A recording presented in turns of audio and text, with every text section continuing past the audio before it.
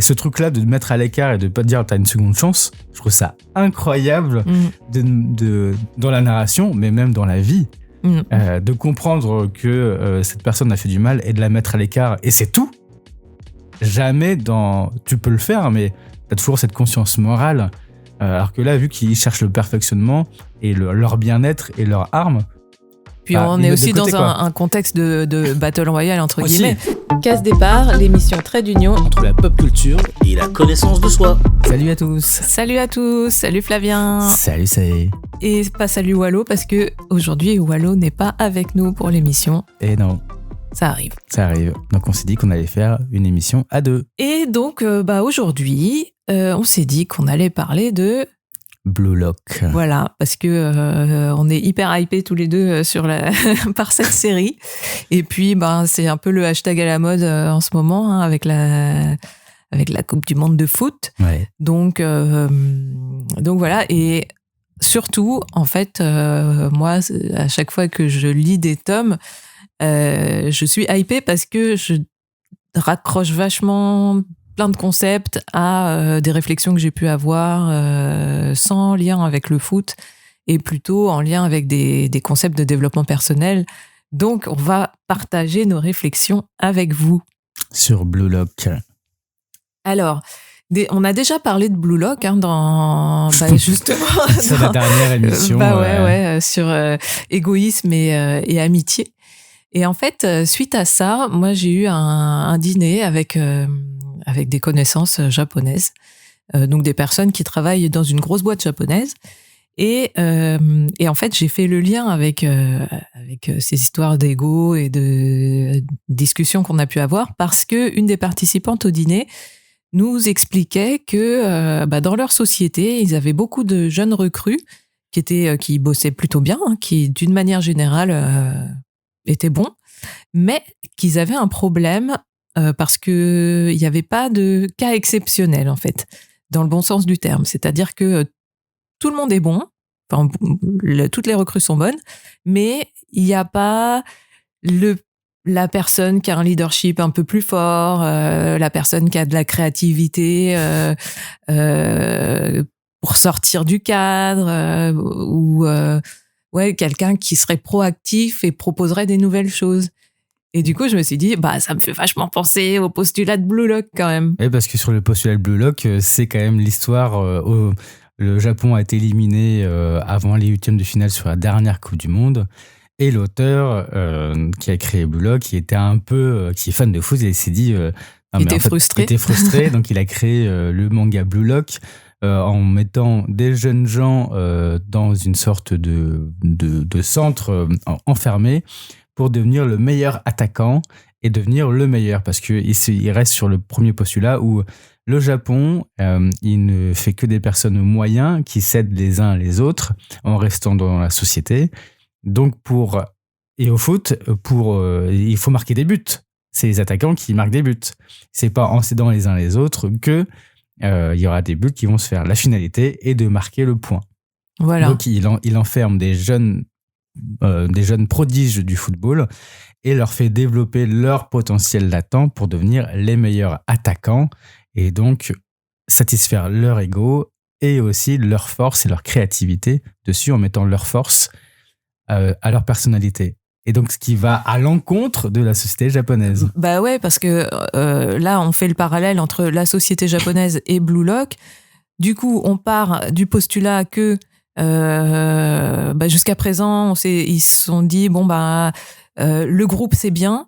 Donc, c'est bien d'avoir un groupe d'individus plutôt uniformes qui va être... il faut quand même de la complémentarité dans les skills, hein, dans les capacités des uns et des autres, mais être un petit peu remplaçable quand même sur certains trucs. Mais du coup, quand tu fais ça, c'est tellement uniforme que il y a plus de force motrice de leader, en fait, d'exception, de trucs, d'un truc un peu génial, quoi. Et qu'est-ce qui a fait ça justement dans la cité japonaise? C'est que il y a jamais eu de leader, de vrai leader, ou c'est que il faut tellement rentrer dans le moule que le moule a aplani complètement cette sensation de créativité, et même ceux qui sont hyper créatifs sont mis à côté sont de borderline ou paria. Pourquoi il y a eu cette approche, d'après toi, de ça ? En fait, du coup, j'ai quand même pas mal réfléchi sur la question, parce que je me suis dit, il y en a quand même des leaders, parce qu'il y a des chefs d'entreprise, il y a des choses qui sont créées. Tu vois, moi, j'avais travaillé avec, quand j'étais à Japan Expo, j'avais travaillé avec Asobi System, qui, quand ils sont arrivés dans le milieu de la musique et de l'événementiel, avec Kari Pamiu Pamiu, avec leur concept d'événement, qui mélangeait des défilés de mode et des concerts, ils étaient assez novateurs. Et de même aussi pour ceux qui TimeLab, qui sont toujours hyper novateurs à trouver des choses hyper créatives. Mais en même temps, ce qui est assez drôle, c'est qu'ils utilisent justement ce côté créatif et novateur en mettant en lumière des trucs qui existaient déjà. C'est qu'ils vont créer, en tout cas sur les TimeLab, je trouvais ça toujours ouf. Il y avait cette créativité de mise en scène incroyable, mais en même temps, ça reste sur un côté...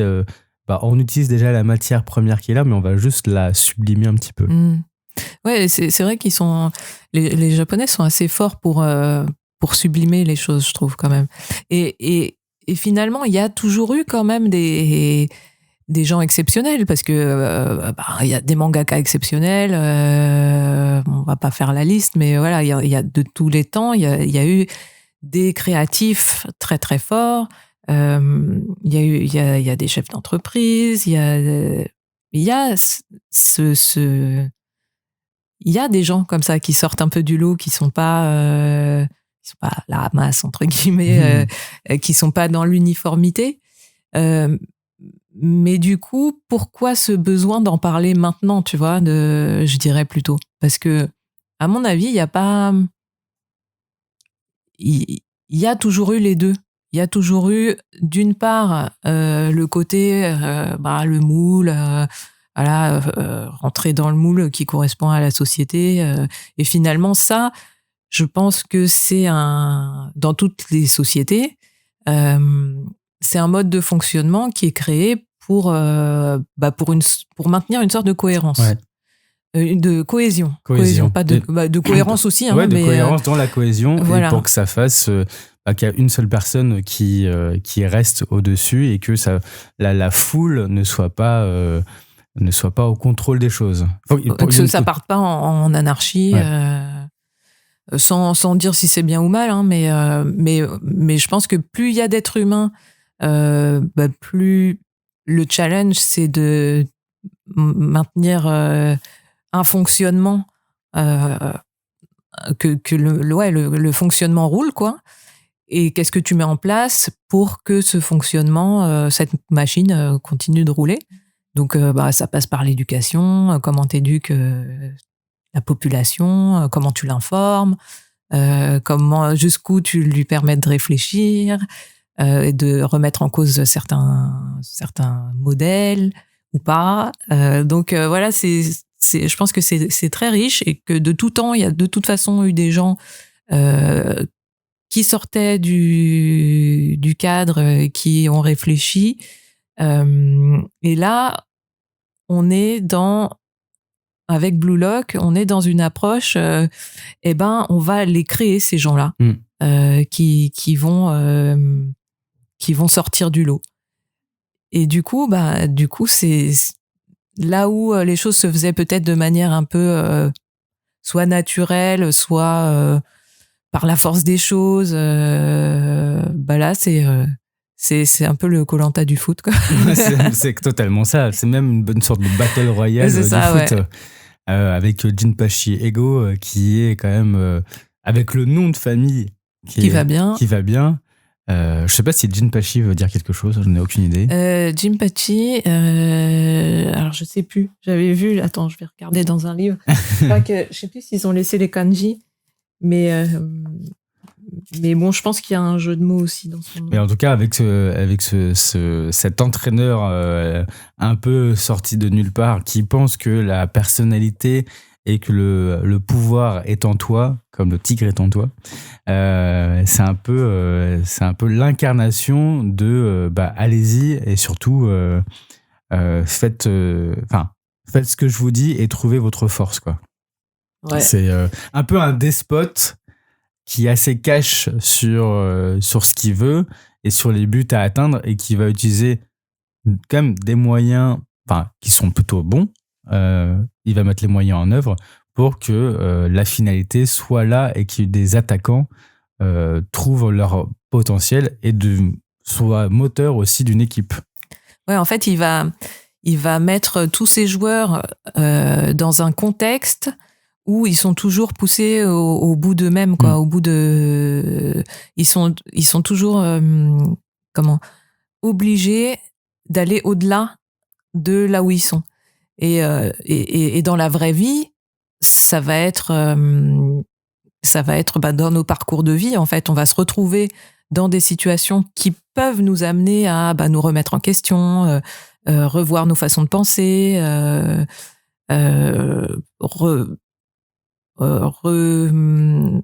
reconsidérer notre personnalité, de notre manière de nous comporter. Et en fait, je trouve que dans Blue Lock, il y a une sorte de condensé de concepts et de situations qu'on peut aussi appliquer à la vraie vie, sauf que comme c'est dans Blue Lock, c'est hyper raccourci au niveau du temps et de l'intensité. Et du coup, c'est ça que je trouve super intéressant, en fait. Et là, ce que j'aimerais qu'on fasse, c'est qu'on prenne vraiment des concepts balancés par ego à la gueule des joueurs et qu'on se dise, ok, ça, dans la vraie vie, hors football, comment on le traduit, quoi, ouais. Comment on le perçoit. Ouais, vas-y. Ok.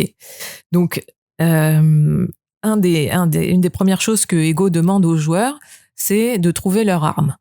Donc, ça va être de trouver leur qualité, leur plus grande qualité, en fait. Et j'allais dire leur potentiel latent, plutôt ce qu'il y a à l'intérieur d'eux, mais qui sont pas forcément au courant, et d'en faire une arme. C'est-à-dire que moi, j'ai vu comme ça quand je l'ai lu, de trouver leur arme, et après, tu vois leur pouvoir sortir. C'est un truc qu'ils ont déjà, mais qu'ils ne savaient pas qu'ils avaient. Oui, ouais, c'est vrai. Donc, pour moi, c'est un potentiel que tu as, un potentiel latent, qui, une fois qu'il se manifeste et une fois que tu l'as conscientisé, devient une arme. Effectivement. Ouais. Écoute, c'est très bien dit. Et en fait, ça, dans la vraie vie, c'est aussi quelque chose que normalement, l'école devrait nous amener à conscientiser.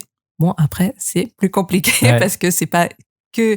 Là, on est vraiment concentré sur le foot, donc une matière, une thématique, alors que dans la vraie vie, c'est vachement plus vaste. Mais en fait, la vie, c'est ça, c'est apprends à te connaître, découvre toi-même tes potentiels latents, et une fois que tu sais là où t'es fort, qu'est-ce que t'en fais ? Parce que, par exemple, tu peux avoir une facilité à, je sais pas moi, à créer de la musique, mais si t'en fais rien, oui, ça se transforme pas. Voilà. Juste, ça reste un potentiel latent ou alors un truc pour rigoler, quoi, mais ça devient pas une arme. Ouais. Et dans la vraie vie, moi, j'ai un conseil, parce que je l'ai appliqué à moi-même, et quand j'ai lu le blog, j'ai fait, c'est trop bien, parce que ça va vraiment parler. À l'époque, quand j'avais créé une société, je pensais que j'étais le roi du monde, et voilà, on peut faire une société, on peut faire plein de choses, quoi. Et surtout que c'était mon idée était l'idée géniale. Mais j'avais pas compris à ce moment-là mon potentiel latent et mon arme. Et en la créant et en voyant que quand on me pétait dans la gueule, j'ai vu que je n'avais pas utilisé mon arme, mon truc spécifique pour lequel on m'appelait. Parce qu'au moment de la revente, tout le monde me disait l'unique chose, ils m'ont dit, on ne veut pas racheter ta boîte, on veut te racheter toi. Et je me dis, c'est bizarre, parce que j'ai quand même créé une boîte, donc de base, ce serait la boîte qui devrait acheter.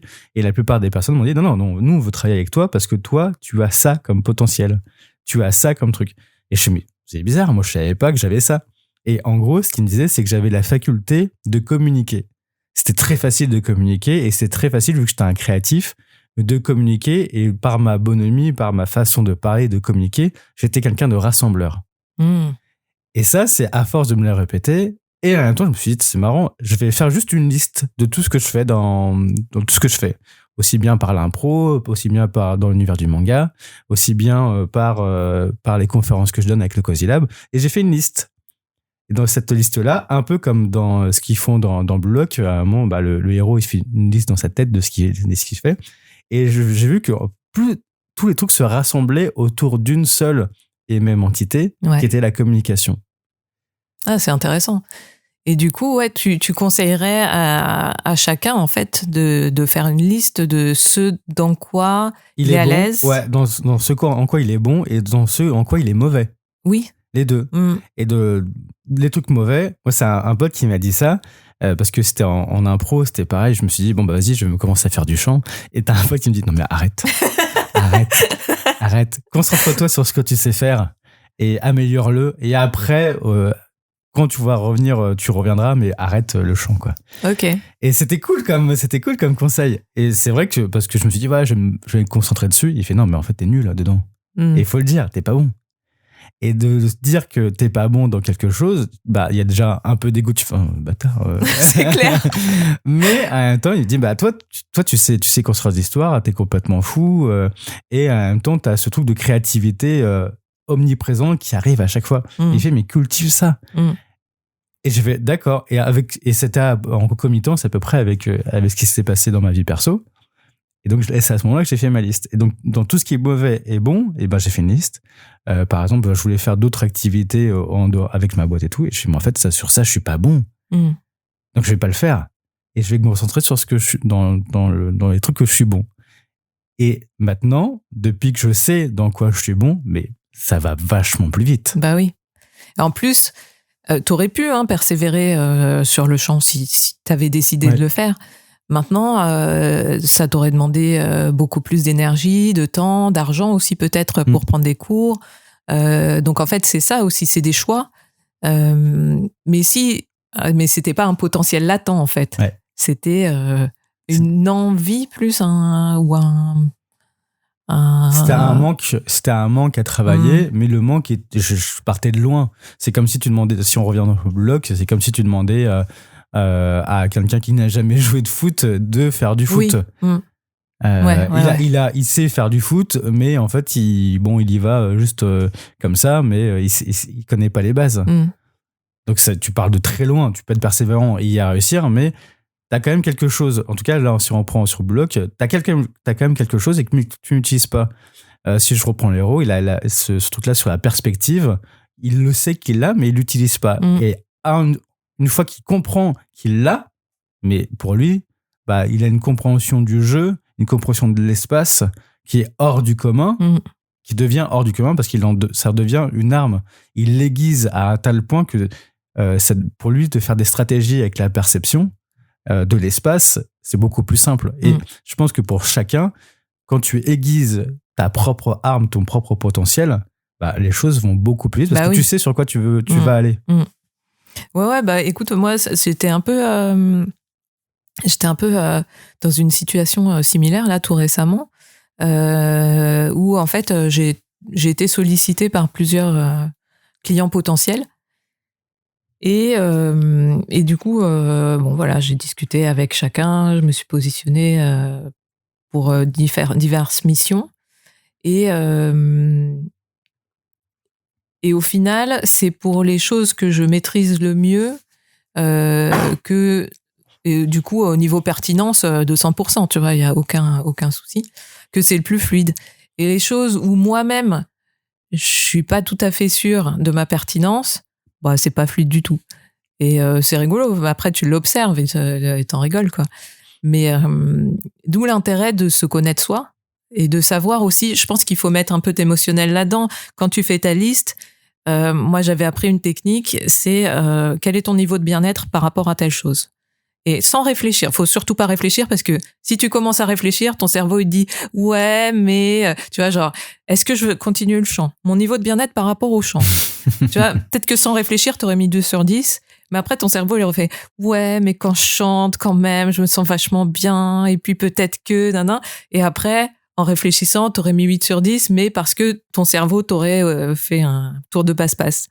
D'où l'intérêt de pas réfléchir. Et du coup, tu mets faire tel truc.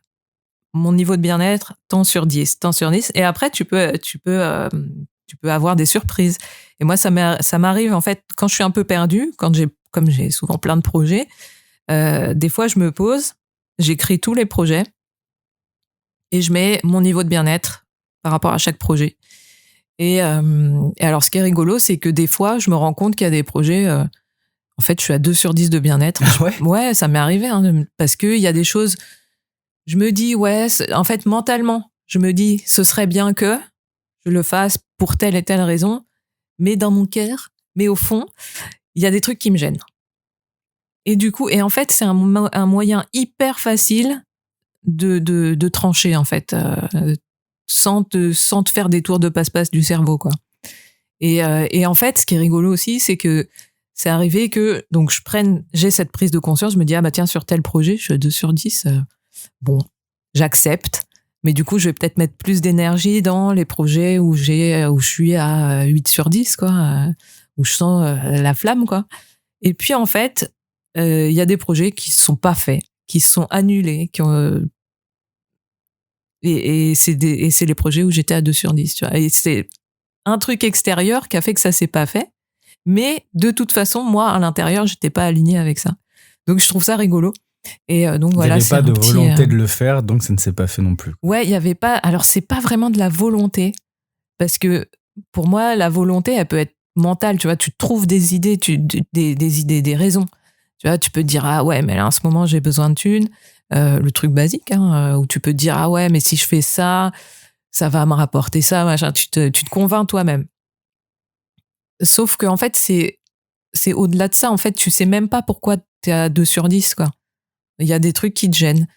Il y a des trucs qui font que, je sais pas pourquoi, je sais pas, ça le fait pas. Des fois, tu sais un peu plus. Tu dis, ah ouais, mais telle personne, j'ai pas trop, elle me met mal à l'aise. Sans juger la personne, hein, chacun fait comme il veut, comme il est. Mais bon, bah toi, il se trouve que t'es pas à l'aise pour travailler avec telle personne. Bon, bah voilà. Ça peut suffire à ce que ton niveau de bien-être il descende par rapport à un truc. Et puis bon, après, on peut rentrer dans les détails de comment du coup switcher, parce qu'on peut aussi changer ça. Se dire, bon, bah là, je suis à 2 sur 10 de bien-être sur tel truc. Mais en réalité, je veux que ce soit plus. Et du coup, qu'est-ce que tu fais? Tu augmentes la raison en toi, tes motivations et la raison pour laquelle tu veux faire ce projet. Du coup, c'est aussi de l'auto-persuasion, mais tu trouves des biais qui vont t'impliquer plus au niveau, qui vont plus matcher avec ton ressenti, ton implication émotionnelle, le sens, la raison, ton pourquoi, comme on dit en développement personnel, mais ouais, ce qui va t'énergiser en fait quand tu vas te mettre sur le projet. Et c'est pas forcément le premier biais auquel tu penses, auquel tu avais pensé et qui finalement n'était pas si important que ça. Mais plus tu vas te dire c'est important pour moi de faire ce projet pour telle raison, pour telle raison, pour telle raison, que au fur et à mesure, tu sens, tu vois, si la flamme elle prend ou pas. Et puis bah si la flamme elle prend et que ça dure, bah c'est ok, t'as réussi à switcher. Mais après bon, on peut aller loin dans les blocages, hein, l'auto-sabotage, des trucs comme ça. Bon, mais je le remets en perspective par rapport au manga et par rapport au héros. Je n'arrive pas à trouver son nom, mais bon, ça va me revenir. Isagi. Pareil, Isagi sur Isagi, il va tester différents trucs. Il va tester les différents pouvoirs, les potentiels qu'il a. Et même s'il le dit pas comme ça, mais le bien-être qu'il peut avoir sur les choses. Et pareil, quand il comprend que c'est la reprise de volée et la gestion de la perception de l'espace, bah, d'un coup, il y a un truc qui se débloque et le bien-être qu'il a à le faire et s'amuse à le faire. Donc là, c'est un peu sur c'est ça, ce que tu au dis. final, ouais. Et du coup, ça me fait penser aussi, ce que tu dis, à à l'intuition qu'il a au début, parce que finalement, quand il dit ça sent le but, en fait, c'est son intuition, c'est sa manière, la manière dont s'exprime son intuition. Et ça, je trouve ça super intéressant aussi, parce que finalement, l'intuition, c'est un truc qu'on peut appliquer à plein de trucs dans la vie. Et un truc que j'ai un peu découvert récemment, alors à travers ce qu'on appelle le design humain. Je t'en ai un peu parlé, Flavien, mais c'est quelque chose que j'explore en ce moment. Je suis pas professionnelle du truc, mais c'est une nouvelle grille de lecture et de compréhension de soi. Il y a on y croit, on n'y croit pas. C'est un peu comme, je dirais, c'est un peu comme l'astrologie, mais c'est vachement plus poussé. C'est très très riche et complexe. Mais à travers la découverte de cet outil, je me suis rendu compte que l'intuition pouvait être ressentie différemment selon les gens. Et je me dis, ok, pourquoi pas. mais ouais, l'intuition, c'est toute une thématique aussi qu'on pourrait, dont on pourrait discuter, parce que elle s'exprime différemment chez chacun. Du coup, est-ce qu'on retrouve ça dans les mangas? Tu vois, les différentes expressions de l'intuition. Bon, voilà, ce sera peut-être une autre thématique. Une autre thématique. Je pense qu'on peut passer 1 heure dessus. Ouais. Et du coup, pour en revenir aux armes et puis à comment elles se découvrent et elles se mettent en œuvre, je sais pas si t'as remarqué aussi, que ce soit dans Blue Lock ou dans la vraie vie, c'est souvent quand on est un peu au pied du mur, quoi, qu'on est obligé de dire j'utilise cette skill, quoi, cette qualité, cette arme, ou alors j'ai cette arme, ça y est, je l'utilise, quoi. Je la gardais un peu en moi, en mode ça je sais bien faire et tout, mais j'osais pas trop en parler, ou j'osais pas trop l'accepter moi-même, et finalement là faut que j'y aille, quoi. Et dans le cadre du Blue Lock, en fait, ils sont constamment poussés à ça, ils sont constamment acculés, en fait, et du coup leur cerveau il doit carburer, et ils sont obligés de se confronter, quoi, et d'essayer des trucs. Et essayer, je pense que c'est un truc, c'est un point clé, parce que si t'essaies pas, tu sais pas. Exactement. Il y a aussi c'est des chocs permanents. Ouais. Qui est un peu brutal si on retransmet dans notre vraie vie, c'est que tu es en état de choc permanent, et vu que tu es en état de choc permanent, c'est comme si tu avais des chocs électriques qui venaient dans ton cerveau. Faut, tac, vas-y, maintenant il faut que tu fasses ça, et t'essayes parce qu'en fait t'as pas le choix de le faire. Mais tu vas quand même essayer ce choix-là pour voir si ça fonctionne ou ça fonctionne pas. Mais ton cerveau, il va être assez rapidement en état de comment on appelle ça, de survoltage et survolté. Je reprends encore un exemple. Je donne des cours d'impro à la caméra, comment tu joues de l'impro face à la caméra. Et donc, je les mets un peu dans cette situation de choc permanent en leur disant, voilà, vous allez, c'est 3 heures de cours, et c'est, non, vous allez jouer devant une caméra. Et je leur dis, là, on peut tester des trucs. Et je leur dis d'essayer tout le temps. C'est pas grave s'ils se trompent. Ils essayent. Et dès qu'ils se trompent, je leur dis, il y a ça, vous êtes trompés. Allez, réessayez. Donc pendant 3 heures, ils essayent. Et donc, à la fin, ils sont dans un état survolté, ouais. mais ils kiffent, parce que c'est un truc où tu te dis, si j'avais pas essayé, et en fait, j'aurais jamais su que j'avais ce potentiel en moi, ou ce potentiel pour les autres. Et c'est un état de communication aussi, où tu es dans une sorte de bien-être, parce que tu es en énergie folle, comme quand tu fais une résidence artistique, où là, quand tu es en Blue Lock, où tu as quand même des énergies folles qui sont là, où tout le monde est animé par la même passion, et ça va aussi plus vite dans les idées, dans la créativité, et aussi dans le fait d'aiguiser sa propre arme. Et d'ailleurs, ce que tu dis, ça me fait direct penser à ce qu'on appelle l'épigénétique. L'épigénétique, c'est comment tu es entouré, où est-ce que tu évolues, à qui tu parles, à qui tu penses, quelles sont les idées que tu partages, comment tu es soutenu ou challengé. Et en fait, là, Blue Lock, du coup, ils sont dans une épigénétique qui favorise aussi l'évolution.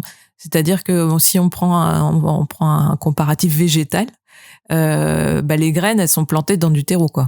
Là, pour le coup, elles sont dans du terreau, en même temps des challenges qui testent leur manière la manière que la plante peut avoir de pousser. Mais les bases qui font qu'elle va pousser sont là. Au niveau dans la vraie vie, on peut se dire moi j'ai tel projet par exemple. Est-ce que comment c'est au niveau de mon épigénétique? Est-ce que je suis entourée de gens qui m'inspirent pour aller vers mon projet ou pas du tout? Comment je peux m'entourer de ça, de ce genre de personnes, de ces inspirations, de choses qui vont me pousser à être créatif vers mon objectif. Et là-dedans, ce qui est intéressant, c'est que aujourd'hui, c'est qu'il n'y a pas que l'épigénétique physique, il n'y a pas que les gens que tu vois, que tu croises, il y a aussi Internet, il y a les livres, et du coup, font partie de l'épigénétique les pages que tu vas suivre, les livres que tu vas lire, et comment ça va t'éloigner ou te rapprocher de ce que tu as envie de faire dans ta vie à toi. Et là, Blue Lock, la question se pose pas vraiment, mais voilà, en fait... Oui et non, parce que justement, il y a des personnes qui sont malsaines, comme Kyo, ouais. Le mec, les noms, à chaque mois, les noms dans les mangas, en fait, j'en ai tellement que j'ai toujours tous les noms qui se... c'est le mec qui va faire qui va voir l'autre équipe et oui, je vois. Et qui dit en fait pour gagner, il va le mec qui a une stratégie, qui va essayer de vendre à l'équipe la stratégie pour essayer de gagner et pour être le meilleur truc. Donc même s'il joue avec Izagi, il comprend qu'il y a un truc qui est un peu chelou avec lui.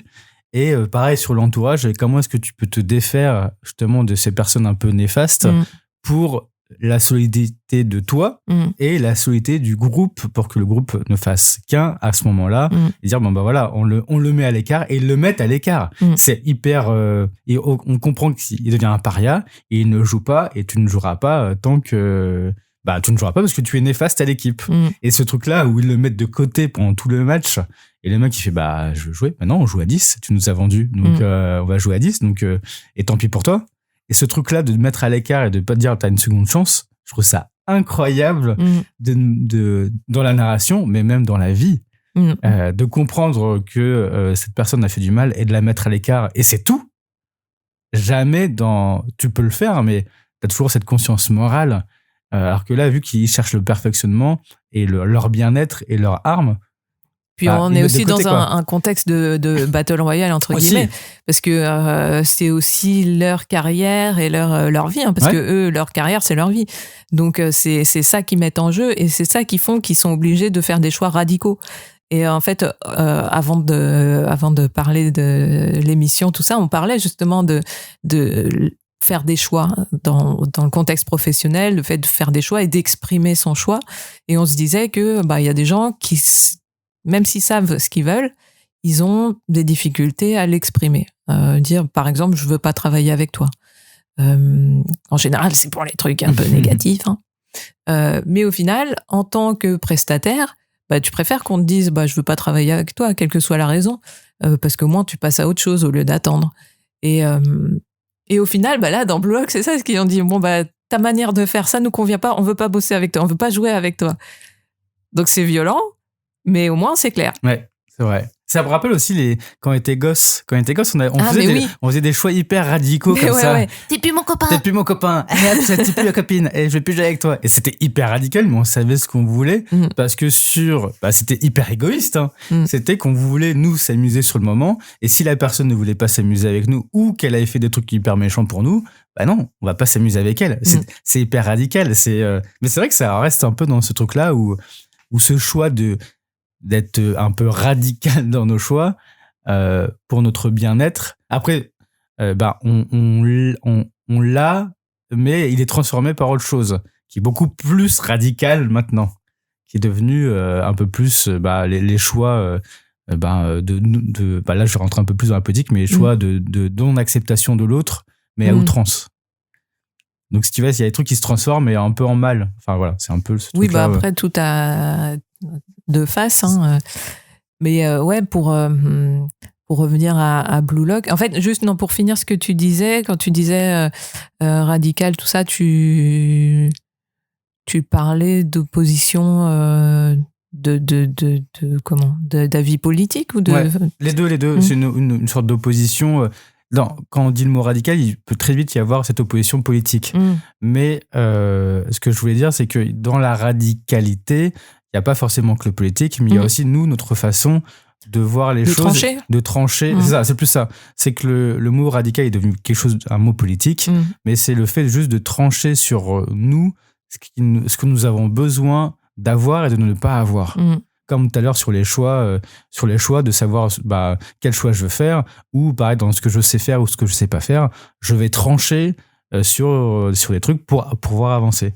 Et pareil pour un arbre, tu vois, tu vas trancher un peu ses feuilles, ou pour une plante, il va se séparer de quelque chose pour pouvoir vivre.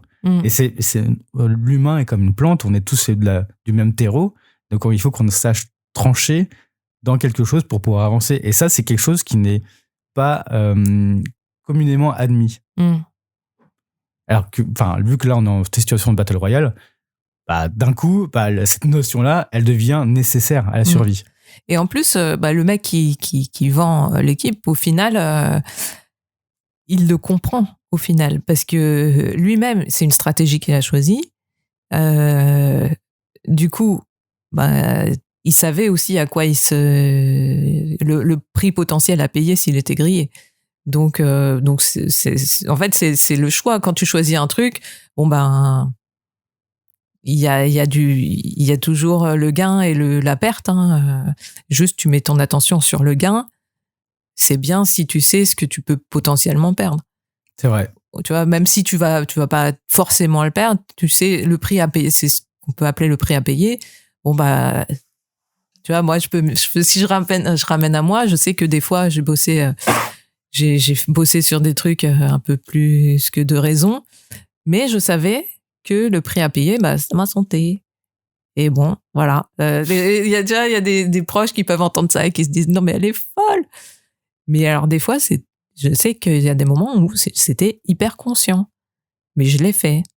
Bon, voilà. Après, et le prix à payer derrière, c'est le temps que tu mets à te remettre en bonne santé. Mais voilà, c'est encore un autre délire. Mais je pense que le fait de se connaître et de conscientiser les choses, ça aide vachement justement à trancher, au moins à l'intérieur de soi, en fait. Au moins savoir se dire, bon, je vais être transparente avec moi-même. Là, la situation telle qu'elle est, je me sens comme ça. Se scanner, en fait, je me sens comme ça. J'ai envie d'aller vers ça. Ça me convient, ça me convient pas. Je choisis ça. Après, tu peux changer. Pas toutes les 5 secondes, mais voilà, avoir une certaine conscience de ce qui se passe, ce qui se joue en toi au niveau émotionnel et au niveau de ce vers quoi tu veux avancer. Je trouve que c'est hyper important, en fait. Et surtout, comme on l'a dit tout à l'heure, c'est d'essayer, parce que à chaque fois, même si tu te scannes et tu sais pas dans quoi tu veux aller, essaye la première idée que t'as. Même si elle est mauvaise, essaye-la. Ouais, en fait, c'est l'intuition, je trouve. Tu vois, la première inspiration que tu peux avoir, ça va même au-delà de l'idée, parce que l'idée, ça reste... Enfin, tu vois, pour moi, c'est assez mental. Mais l'inspiration, c'est genre... Tu sais, juste, ça te pousse. Et effectivement, tu as les idées qui vont avec. Mais ton inspiration, effectivement, ça peut te... En fait, le truc, c'est que comme tu es sur un chemin, ça peut te sembler être une erreur à un moment. Et tu te dis, mais pourquoi j'ai fait ça? J'ai fait le mauvais choix, machin. Sauf que quand tu continues à cheminer, au bout d'un moment, tu te rends compte que si tu n'avais pas fait ce choix, tu serais pas là où tu es. Ou tu connaîtrais pas les personnes que tu connais. Enfin, voilà. Et en fait, plus tu te dis, je fais ça parce que ça m'inspire, parce que machin, si tu as besoin de te justifier, tu peux te justifier. Mais je pense que c'est sain d'avoir en soi la foi que c'est le chemin. C'est le chemin que tu choisis et puis voilà, tu chemines, quoi. Je vais refaire un parallèle avec Blue Lock. Oh, je te spoil un peu, ça y est, désolé. Je bouche mes oreilles. Non, mais je le dis sans le dire, mais c'est dans le tome 10, il y a un truc avec Bachira. On le voit tout un petit peu au début aussi avec Bachira, comme quoi il a un démon intérieur. Oui. Et je trouve ça génial que ce soit un démon intérieur qui motive ses choix. C'est pas un ange, c'est un démon intérieur. Je trouve ça trop bien. Et donc en fait on voit dans le tome 10 je crois d'où vient ce démon intérieur et donc les choix qui en résultent. D'accord. Comme tu viens de dire, c'est exactement ça, c'est qu'en fait il fait le choix d'accepter ce démon intérieur et de travailler avec. D'accord. Et par ça il y a cette évolution de se dire sur quoi je vais trancher, sur quoi je vais aller et est-ce que je reste avec ce démon ou pas. Je vous laisserai lire et je laisserai lire je vais pas dévoiler aussi, mais ok, on fera une autre émission mais cette réflexion est intéressante de savoir, je l'accepte, j'accepte mon démon qui me motive à faire des choix, je m'entoure aussi des personnes qui m'aident à faire des choix, et j'essaye des choses. Et même si on dit que c'est un démon intérieur, il faut pas forcément en avoir peur parce que la partie inconsciente et obscure de nous fait avancer. Et ce que qui a été marqué noir sur blanc, en tout cas, dans Blue Lock, avec ce personnage-là de Bachira. Et donc, je trouve ça intéressant parce que ça va vraiment avec ce que tu dis sur l'idée et sur l'intuition et sur, qu'est-ce que ça en fait? Parce que lui, son intuition, elle s'est développée en quelque chose de métaphysique et physique en même temps. Et vu qu'il le voit et qu'il sait, grâce à ça, à quelle passe il peut le faire, etc. Et comment est-ce que je l'accepte? Est-ce que je le renie? Et il y a toute cette question qu'il aura justement dans le tome et qu'est-ce qu'il en fait après? Et je trouve ça très très fort de pouvoir le symboliser et de se dire nous on a tous un, est-ce qu'on le suit ou pas? Ben ouais, alors moi j'ai pas encore lu ce tome, mais ça me fait penser aux vieux dessins animés ou à la vieille imagerie un peu inspirée par le christianisme, où t'as le petit ange et le petit démon qui te murmurent à l'oreille oh ça c'est bien, oh ça c'est pas bien. Et en fait c'est un peu les négociations qu'on peut avoir à l'intérieur de nous. Et puis en fait avec le développement personnel, t'apprends vite que en fait on est des boules à facettes, quoi. On a plein de on est une personnalité avec plein de contrastes, plein de facettes qui vont dépendre, qui vont s'exprimer plus ou moins fort en fonction des situations, en fonction de là où on est dans notre état de fatigue physique, tout ça. Les blessures auxquelles on est confronté, tout ça. Et en fait, à partir du moment où tu acceptes tes propres contrastes, tu te dis, ok, qui est-ce qui parle fort aujourd'hui? Tu vois, il y a une partie de toi, en fait, il y a une partie sage en toi qui satellise, qui est un peu au-dessus, qui regarde le paysage, qui regarde les gens, les autres parties de toi en train de négocier, quoi. Et c'est un peu chelou à expliquer, mais en même temps, c'est assez marrant, je trouve. Quand tu le conscientises, c'est assez intéressant de se dire, ok, il se joue ça en moi là. Bon, ok, c'est la situation du moment, c'est la pièce de théâtre du moment qui est en train de se jouer. C'est vrai. Et qu'est-ce qu'il y a d'autre dans Blue Lock ouais, justement. Attends, je prends mes petites photos j'ai pris les pages en photo quand même. Parce que à chaque fois, j'en parlais dans les émissions et après ça, il a dit non, vas-y, passe-les-moi tous. Et donc, elle les a dévorés en prenant des photos des pages. Mais les pages, elles sont juste tellement exceptionnelles et tellement belles. Et et même les dialogues sont hyper forts. En tout cas, moi, ça me marque sans faire de jeu de mots. Ça me marque totalement sur mon esprit. J'avoue que l'auteur est assez fort sur ça, quoi. Ouais, puis alors en fait, vraiment, le personnage de Jinpachi Ego, c'est le prétexte pour te balancer cash des concepts, en fait. Et du coup, alors il y en a un qui m'avait marqué. C'était plutôt au début. Ah oui, l'éveil. Le concept d'éveil, parce que l'éveil, bon, c'est beaucoup utilisé en spiritualité, genre tu t'éveilles à, je sais pas, à la lumière, à Dieu, des trucs comme ça. Et en développement personnel, ça va être un peu différent. Bon, il y a toujours des gens qui raccrochent ça à la spiritualité, mais en fait, pour moi aujourd'hui, l'éveil, ça va être un état de conscience fort en fait. Et lui, qu'est-ce qu'il dit? Il dit, voilà, ce qu'est l'éveil, c'est l'instant où tu saisis qui tu es réellement. Et là, en fait, c'est une scène où Isagi, justement, prend conscience d'une partie de ses capacités. Et il y a l'image du puzzle qui revient constamment quand Isagi a des nouvelles prises de conscience. Et alors moi, ça m'a fait sourire parce que justement l'idée du puzzle, c'est une idée l'image du puzzle, c'est une image que j'applique beaucoup à moi-même depuis que j'ai découvert le développement personnel, parce que je me dis voilà, tout mon cheminement tout ce que j'ai pu vivre dans ma vie, les rencontres que j'ai faites et tout, c'est comme si j'avais ramassé des pièces de puzzle. Et maintenant, qu'est-ce que j'en fais? Je peux ne rien en faire, hein, c'est une option. Mais c'est intéressant pour moi et ça m'amuse aussi de me dire, voilà, j'ai des pièces de puzzle et j'ai envie d'en faire quelque chose. Et quand je prends conscience de comment les pièces de puzzle s'emboîtent entre elles ou pas, j'apprends des nouvelles choses sur moi. Et au final, quand j'aurai réussi à faire une partie de mon puzzle, comment après je partage ça au monde.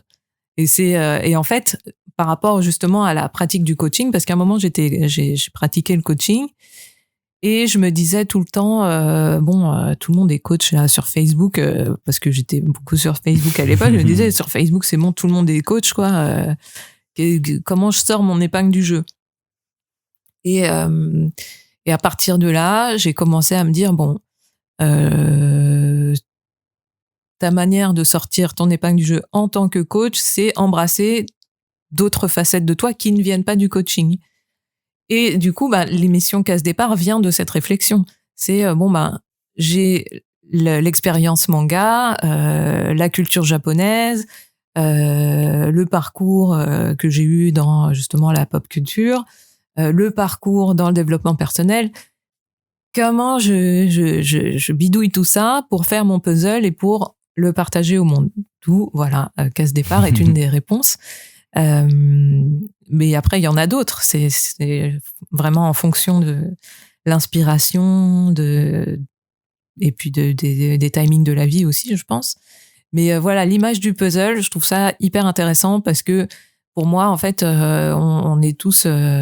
on a tous nos petites pièces de puzzle, on fait tous nos petits bouts de puzzle par-ci par-là, et puis quand tu le conscientises, en fait, tu te dis ok, t'acceptes en fait plus facilement de te dire j'ai un puzzle what million de pièces, je vais faire cette partie, je vais faire une partie que j'ai envie de faire en ce moment quoi.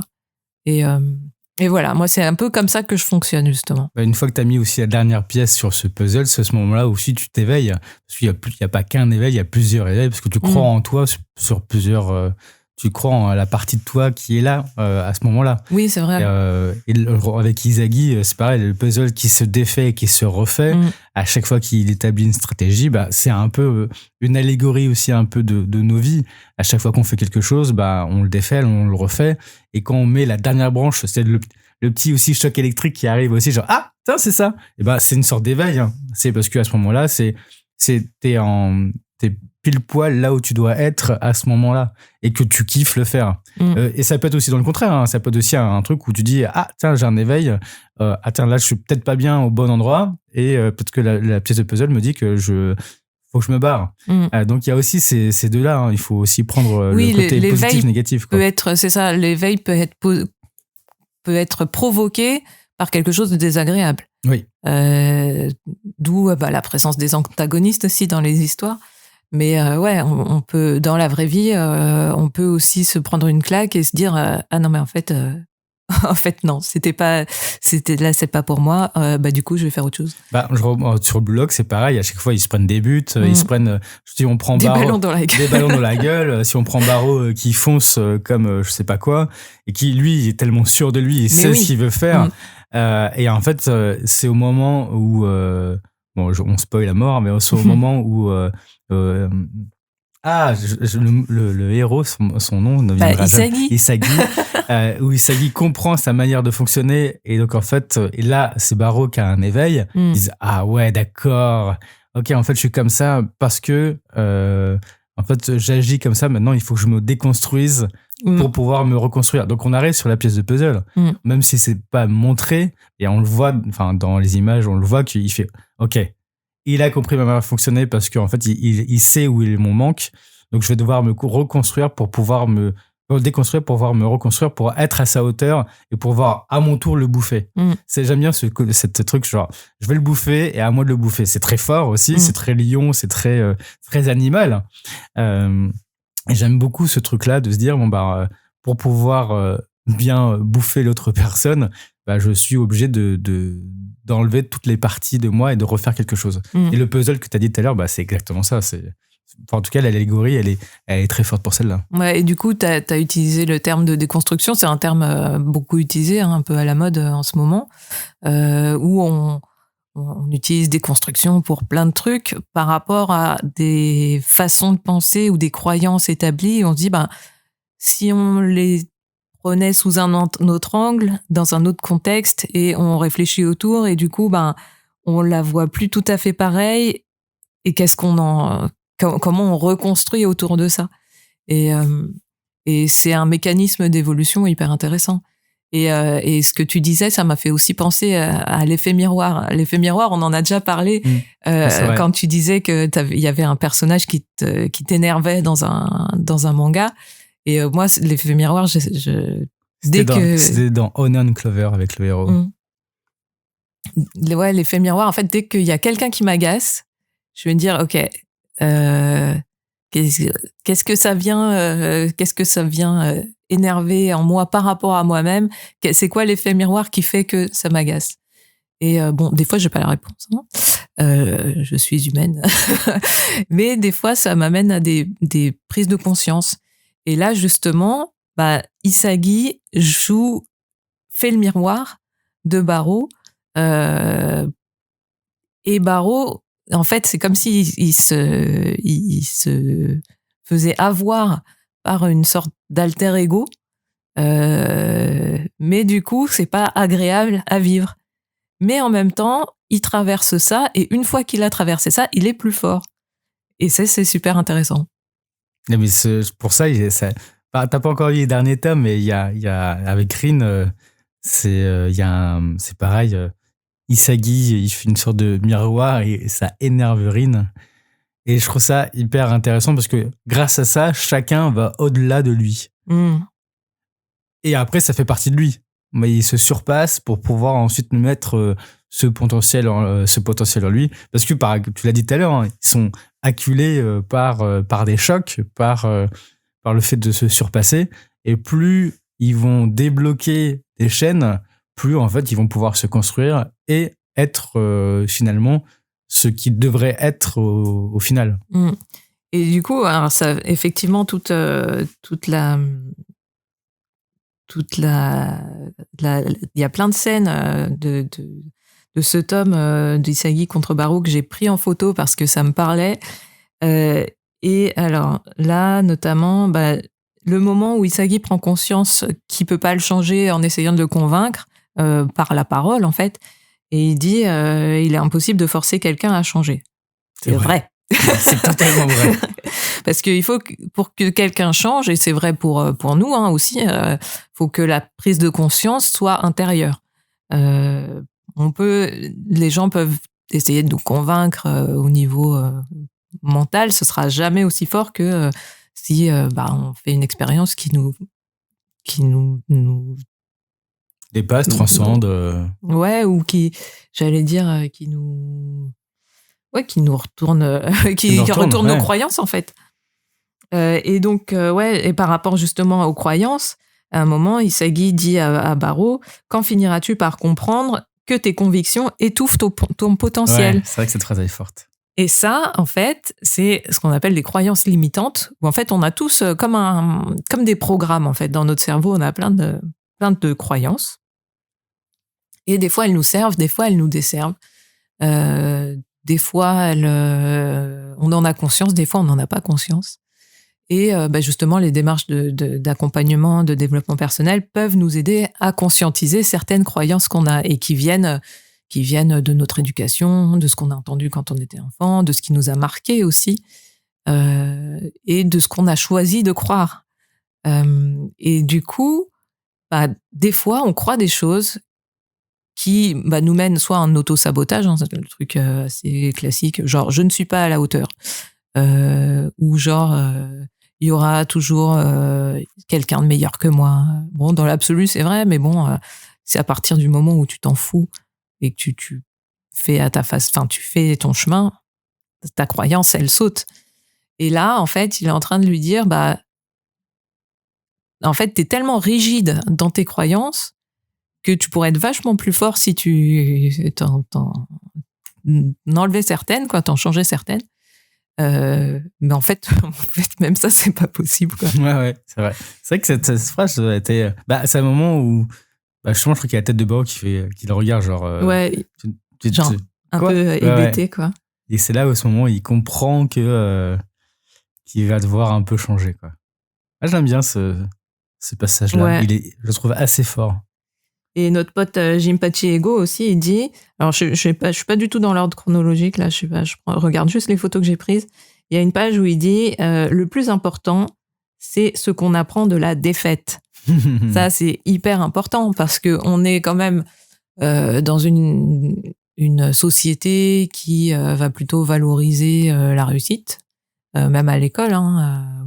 De moins en moins, mais quand même, on vient de générations où on va plutôt valoriser la réussite plutôt que te dire bon, écoute, tu t'es trompé, c'est une bonne occasion de te perfectionner, d'apprendre, etc. Ou de réviser, ou de revenir, de tourner les échecs ou les choses qu'on n'arrive pas encore à bien faire de manière constructive. Et du coup, je trouve ça cool que ce soit exprimé. Quand on se lance dans l'entrepreneuriat, moi, par contre, c'est une des premières phrases qu'on m'a dit. Ouais. C'est que la première boîte que tu fais, tu vas te péter la gueule. Et je fais, non, c'est pas possible. On est toujours dans ce truc-là où on se dit, non, ça peut pas nous arriver. Pas moi, ça peut pas nous arriver. Et en fait, dans les statistiques, plus de 60% des premières boîtes se pètent la gueule. Et tu dois subir la défaite parce que ça t'apprend. Tu sais pas, tu connais pas ce monde-là. Tu connais pas tous les trucs, tu connais pas les rouages. Et tu peux te crever la santé, mais vaut mieux arrêter et dire, ok, j'ai compris, j'ai appris, et de refaire quelque chose de derrière. Et c'est dans la défaite, et heureusement qu'il y a des défaites pour apprendre. Bah oui. Parce que si tu fais que de réussir, tu restes dans un îlot doré, et tu sais pas ce qui peut se passer. Ouais, c'est un truc que j'essaye de faire comprendre à mon fils de 6 ans, parce que l'autre jour, il me dit, je dévie complètement, mais il me dit, ouais, j'aime pas trop l'école, parce que des fois, les autres, ils arrivent à faire un truc et moi, j'y arrive pas. Je fais, mais qu'est-ce que... Tu crois que on arrive tous à tout faire dès le début? Je fais, mais non, l'école, c'est fait pour apprendre. Et le fait de se tromper, ça veut dire qu'on peut continuer à apprendre, mais c'est bien. Tu continues, t'es à l'école pour apprendre. Et du coup, quand tu sais pas, ou quand tu comprends pas, faut que tu demandes à ce qu'on t'explique. Et alors, j'ai utilisé une image qui l'a beaucoup fait rire. Je fais, est-ce que tu crois que quand t'es né, t'es sorti de mon ventre, genre, tu savais déjà marcher, t'es parti en courant, genre, hey, salut maman! Et du coup, il a imaginé le truc, ça l'a beaucoup fait rire. Et c'est ça, en fait, dès qu'on est, il y a plein de choses quand on est, il y a tellement de choses qu'on sait pas faire. On sait à peine respirer. Donc, en fait, on est tout le temps en train d'apprendre. Sauf qu'au début, quand on est petit, on se pose même pas la question. Parce que notre cerveau est pas non plus équipé assez développé pour qu'on se dise ah mais pourquoi je marche pas alors que les adultes ils marchent déjà, frustration. ce serait triste quand même. Et du coup en fait se rappeler que on a appris à marcher, on a appris à parler, on a toujours appris des choses. Et on est passé par ces phases d'apprentissage où on n'arrivait pas, t'apprends à marcher, tu tombes et puis après tu te relèves et puis tu continues et puis après t'arrives à marcher, t'arrives à courir, t'arrives à faire plein de sports. Bon après des fois tu tombes malade et tu marches moins bien comme moi en ce moment, mais c'est pas grave. Mais en fait ouais on est toujours confronté à des choses qui font que c'est pas fluide. Mais c'est grâce à ça qu'on apprend. Et c'est hyper important de aussi garder la foi que en apprenant, on évolue et puis on s'améliore quoi, au sens large du terme. Et du coup, j'arrive à une autre citation que j'ai trouvée hyper intéressante. C'est attends, j'ai perdu ma page. C'est attends, laquelle? c'est où c'est quand ça parle de désespoir. Alors attends.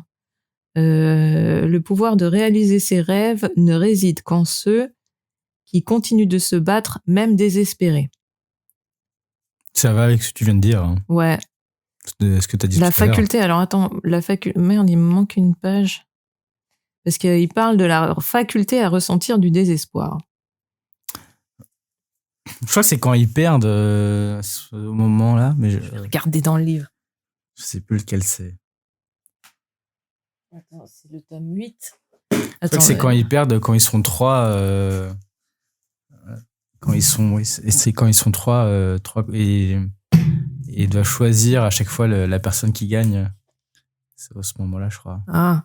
Mais en fait, moi, ça me fait penser ça aussi. On avait fait une émission sur la persévérance. Oui, on avait fait une. Ouais, et du coup, il y a toujours le questionnement jusqu'où tu persévères, tu vois. Quel est ton. Parce que je pense qu'on a tous un seuil de tolérance à la douleur physique et morale. Mais à quel moment t'arrêtes, à quel moment t'es OK pour persévérer. Et aussi, des fois, tu persévères dans un truc où tu doutes. Je pense que les phases de doute sont importantes aussi, intéressantes. Et dans ces moments-là, tu peux aussi être amené à reconsidérer la situation si t'arrêtes pas. Soit tu te dis, non, c'est pas pour moi, j'arrête. Mais tu peux aussi te dire, bon, OK, là, je suis dans l'inconfort. Je suis dans le carrefour. Hein, le carrefour où j'ai le choix d'arrêter, j'ai le choix de faire autre chose, j'ai le choix de continuer. Mais je suis dans un certain inconfort. Et du coup, tu peux prendre le temps de reconsidérer la situation et de faire un choix. On revient toujours au choix. Moi, je trouve ça super important. Et en fait, le fait de ressentir du désespoir aussi, c'est important dans le sens où ça fait partie de apprendre à se connaître et apprendre à connaître, traverser des ressentis, des émotions qu'on a. Et du coup, pourquoi tu ressens ce désespoir ? Qu'est-ce que à quoi ça te renvoie ? Pourquoi tu l'as et pourquoi aussi et comment est-ce que tu peux t'en sortir aussi de ça ? Ouais. C'est le plus intéressant.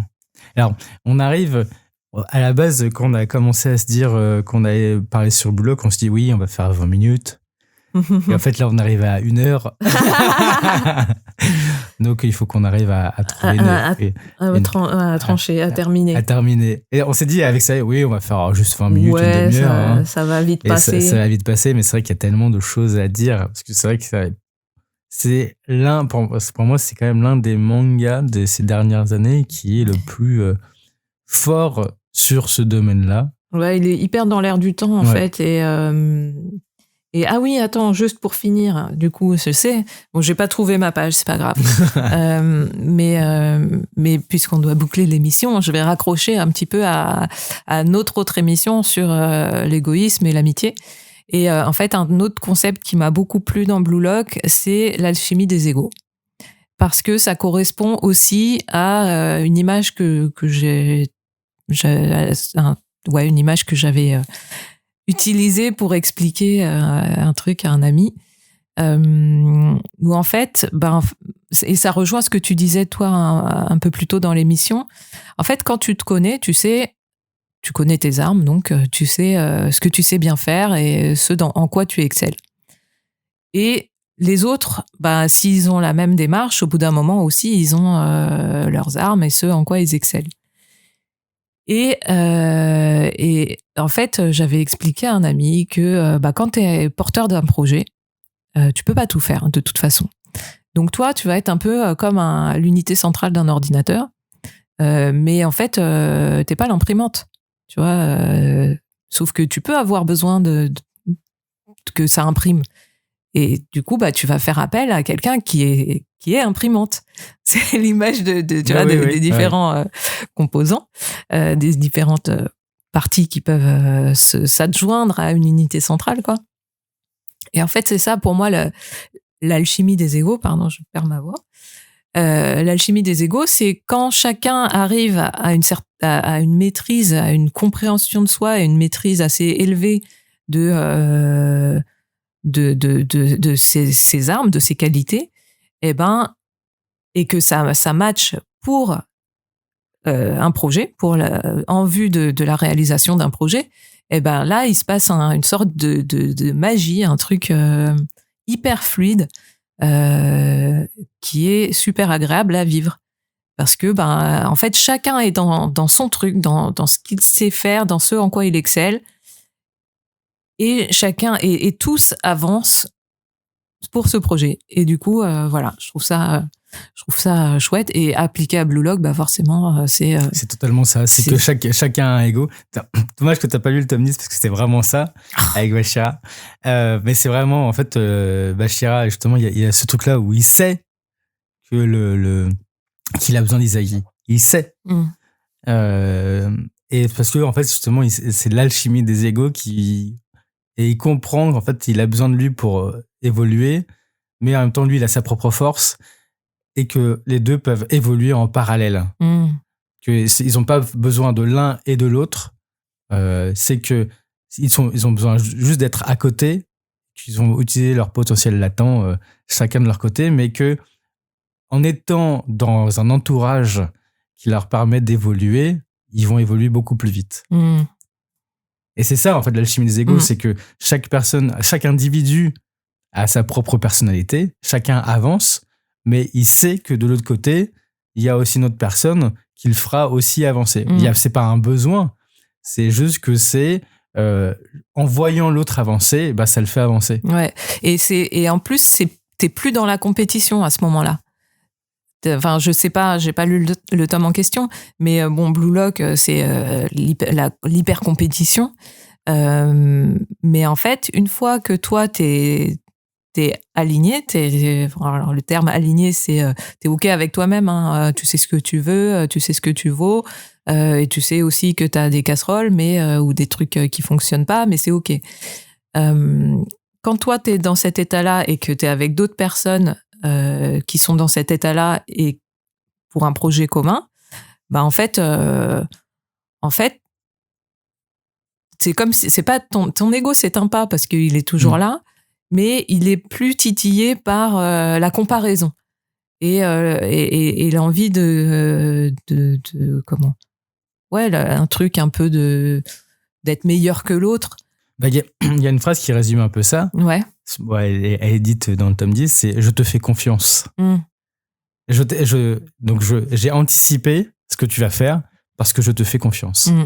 Et cette phrase, elle est forte parce qu'on n'est pas dans la compétition. On est sur un état d'égalité sur je connais tes potentiels, je connais tes talents, je connais aussi tes limites. Je te fais confiance. Donc, je sais ce que je vais faire.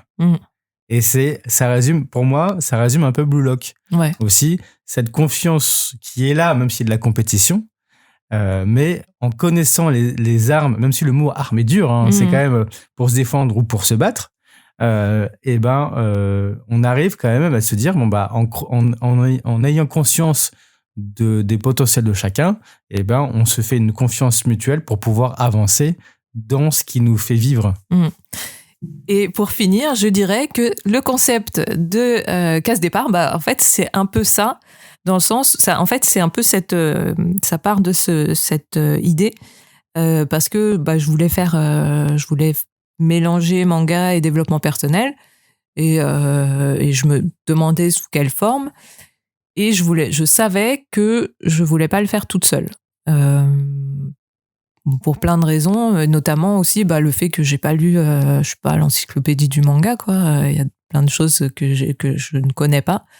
Et du coup, je me suis dit, je vais m'entourer de gens qui, pour moi, me complètent et ont aussi leur expertise, leur parcours, leur vision et seront pertinents pour apporter des choses aux auditeurs. Et en fait, le projet, c'est ça, c'est apporter des prises de conscience ou des axes de réflexion aux auditeurs. Et c'est ce qui nous fait avancer tous les trois dans cette direction.